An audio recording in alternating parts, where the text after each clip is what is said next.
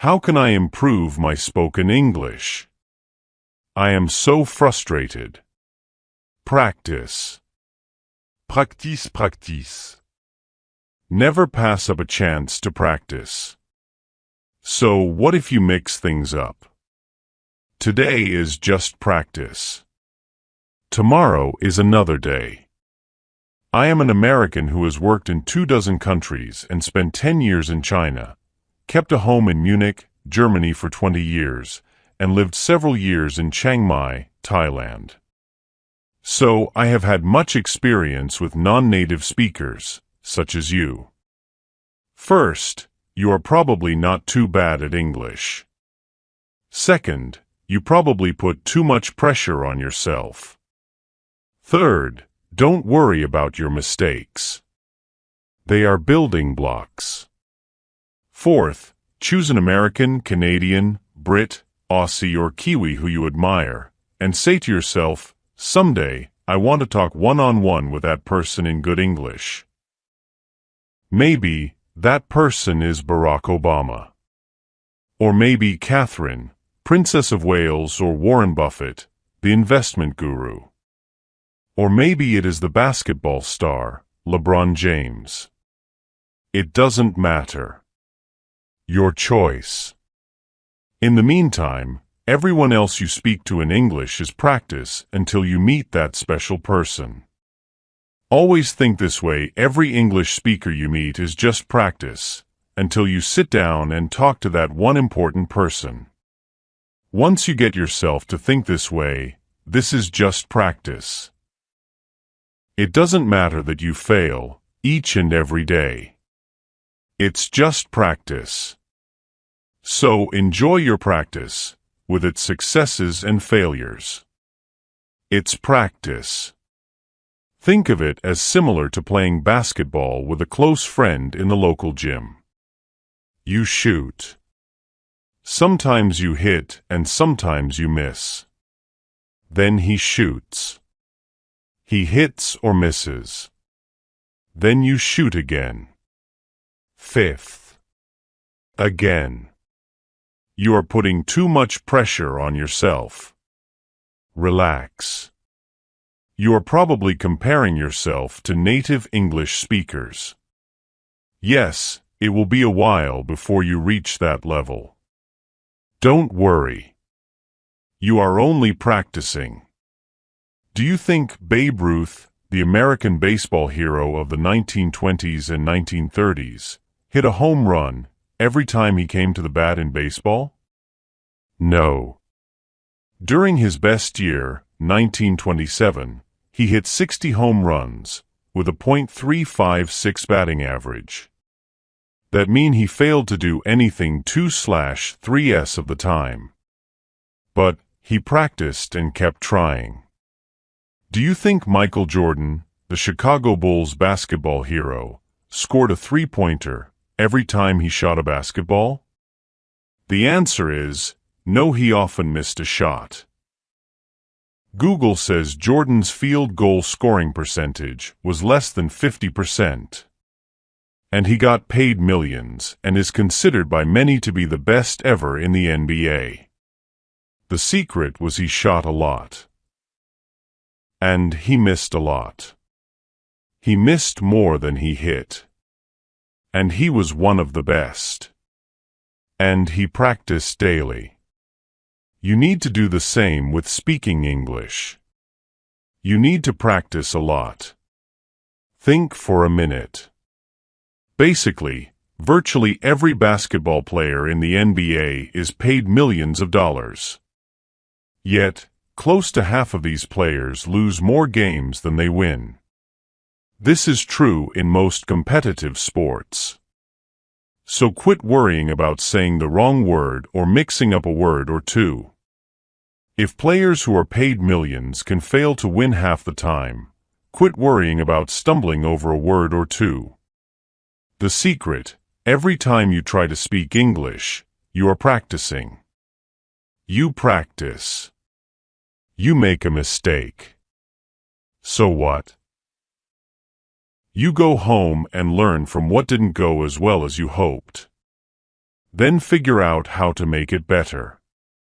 I am lucky to live in Hawaii. Years ago, I wanted to learn Japanese. Every day, I would go to Waikiki Beach and ask a Japanese tourist questions, in Japanese, such as, "What did you do yesterday? Tell me about your job. What do you plan to do in Hawaii?" I would go home and learn from my mistakes. The next day, I would go back to the beach, meet another Japanese tourist, and have a new teacher for practicing Japanese. Step by step, my Japanese became better. You should do the same thing. You will not hit a home run the first time at bat. But after 20 times, you will start to hit home runs with some consistency. Watch the movie Groundhog Day starring Bill Murray. Practice makes you better. There is no magic pill that you can take before you go to bed and wake up the next morning speaking fluent English. It takes practice. Think of learning English in the same way as if you said to me, "I want to represent my country as an Olympic athlete." It will take commitment and practice. Plenty of both. Olympic athletes are chosen because of their ability, not because of who their father is or how rich they are. They commit to their goal. They focus. And they practice and practice until they become excellent. You can do the same. Commit to your goal of learning English and then keep practicing. My wife was probably much like you. She is a Hakka.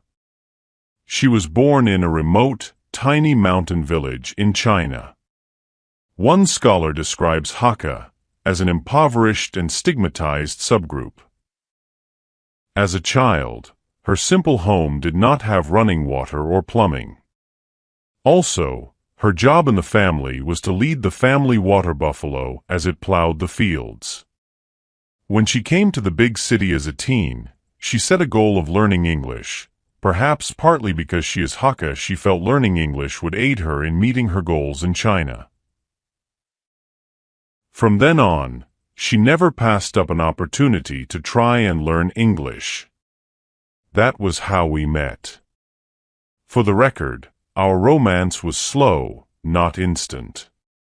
We were friends for a year, before we had a first date. And then, dated for 3 years before we became engaged. I am very, very proud of my wife. She is responsible and committed. As a newcomer to a big Chinese city, the opportunities to learn English were not obvious to her at first. Rather, she sought them out and then utilized them. She was proactive. She focused on learning English. My wife got up early each morning to watch the English television news from Hong Kong. She worked as a waitress in an international bar, an Irish bar in Guangzhou, to improve her English. She didn't miss a chance to assist Westerners shopping who she accidentally met in a local market. On Sundays, she awoke early to take a 2-hour bus ride into the city center in order to go to an English corner session where she could practice English and sometimes talk with Westerners. She joined an English-speaking Toastmasters club to practice speaking English in front of a group. Please note, English is my wife's 4th language. Hakka is her native language. Cantonese, she learned on the streets of the city, as a preteen and teenager. Mandarin, she learned in school. English, she learned in school. 17 years ago, she came to Hawaii and started junior college. She studied hard. She said to me, "Let's not get a TV set. I want to focus on my studies." So we did not buy a TV. She went on to graduate at the top of her University of Hawaii undergraduate and graduate classes.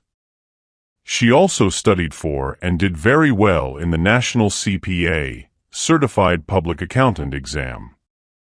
After graduation, she was sought after by several of the internationally recognized Big Four accounting firms. She accepted a position with one of the firms. There, she audited major banks and international firms.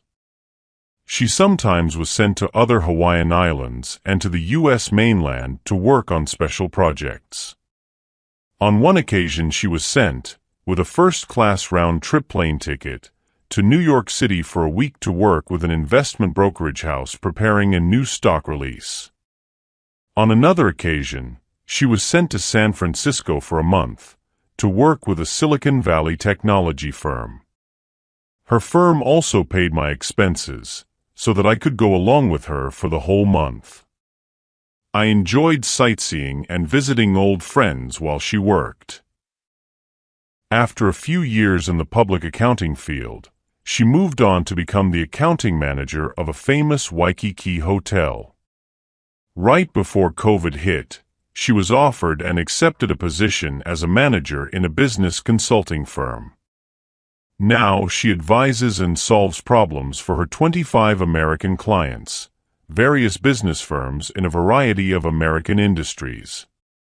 She oversees a team of a dozen in the Philippines that does the basic accounting while she resolves the more complex issues for her American clients and helps them achieve greater profitability. Also, she has a six-figure salary and interviews born-in-America American job candidates and directly oversees several consultants. I have no doubt she will continue to move upward. In addition, she is a caring mother of a toddler and the accountant for an NGO that helps Chinese immigrants acclimate to the USA. As a writer, I am a stay-at-home dad who takes care of our son while she is at work. I strongly believe, if a man loves a woman, he should let her fully develop her skills, achieve her dreams, and shine in all aspects of life. So, I support her and encourage her as she follows her dreams and aspirations. Also, because she does not have a Chinese accent, many Americans are surprised to learn she was not born in the USA. One more thing, she is a well-rounded woman. Her hobbies in America have been jogging and Irish dance. She has completed several 42-kilometer Honolulu marathons and won several medals in an international Irish dance competition. My wife rock climbing. My wife reflecting on her childhood. Her comment, "It is easy to succeed in America. All you have to do is work harder than everyone else. But you do have to work hard, and use every opportunity to practice your skills." My wife started her childhood in a remote farm field guiding a water buffalo, and now she is a manager in an American consulting firm. She committed to the goal of learning English, and she practiced. You can do the same.